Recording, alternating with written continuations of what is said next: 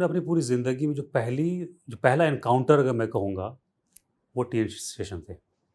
मतलब उन्होंने पहली बार हिंदुस्तान में ये बताने की कोशिश की थी कि इलेक्शन कमीशन ऑफ इंडिया एक ऑर्गेनाइजेशन है, एक संस्था है जो काम करता है हिंदुस्तान के लिए। बट उनके साथ आपका बड़ा इंटरेस्टिंग एक वाक़या हुआ था, जब बिहार में किसी से आपका एनकाउंटर हुआ था। आपने इस किताब में उसका ज़िक्र भी किया है।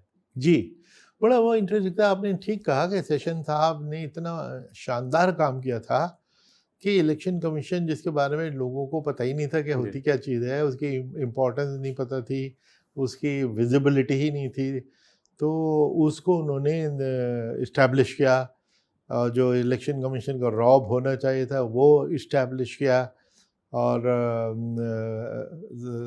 पॉलिटिशियन पे जितना उन्होंने सख्ती की, जो लोगों में बहुत पॉपुलर हुई, उस सब की वजह से इलेक्शन कमीशन की एक पूरी मुल्क में इज्जत जो बढ़ी, वो सेशन साहब का दबदबा था। तो उन्हीं के ज़माने में, उन्हीं के अंडर में एक दफ़ा मेरी ड्यूटी लगी बिहार में इलेक्शन ऑब्जर्वर की।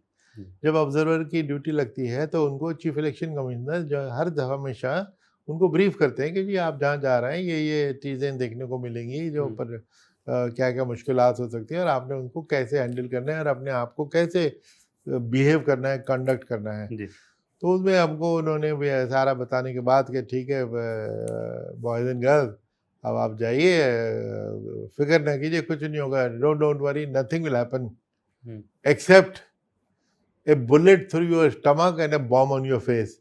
ज़्यादा से ज़्यादा आपके एक गोली पेट में लग जाएगी या मुंह पे बम फट जाएगा। ये उनके रीएश्योरिंग वर्ड थे, तो जो उस वक्त की बिहार की हालत को रिफ्लेक्ट करते थे। और श्योर इनफ हमने जब इलेक्शन किया, हमने कोई गोली तो हमारे पेट में नहीं गई, लेकिन हमने 2 बम फटते हुए बिल्कुल 10 फुट के फासले पे ज़रूर देखे, तो जो उस ज़माने का नॉर्म था। खैर ये तो आधी कहानी।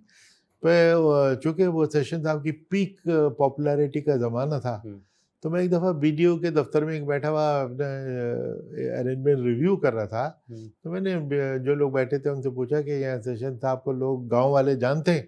अरे साहब, वो तो रोज़ाना आके पूछते हैं कि आज सेशन साहब ने क्या ऑर्डर दिया।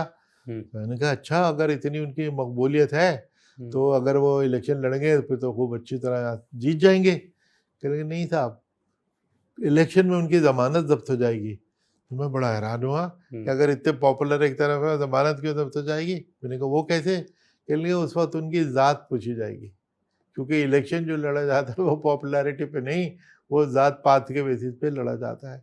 बड़ी पते की बात मुझे बताई गई, और श्योर इनफ सेशन साहब ने बाद में एक लोकसभा के लिए इलेक्शन लड़ा अहमदाबाद से, हार गए बुरी तरह।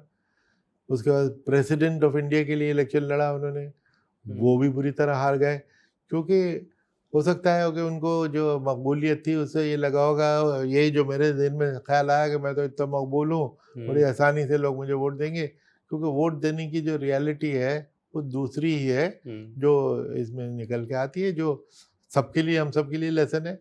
मैं भी बड़ा पॉपुलर हुआ था, मुझे भी लोग कहते थे इलेक्शन लड़ोगे तो यूं जीत जाओगे, मुझे मालूम था कि मेरी ज़मानत जब्त होगी, तो मैं उस झांसे में नहीं आया।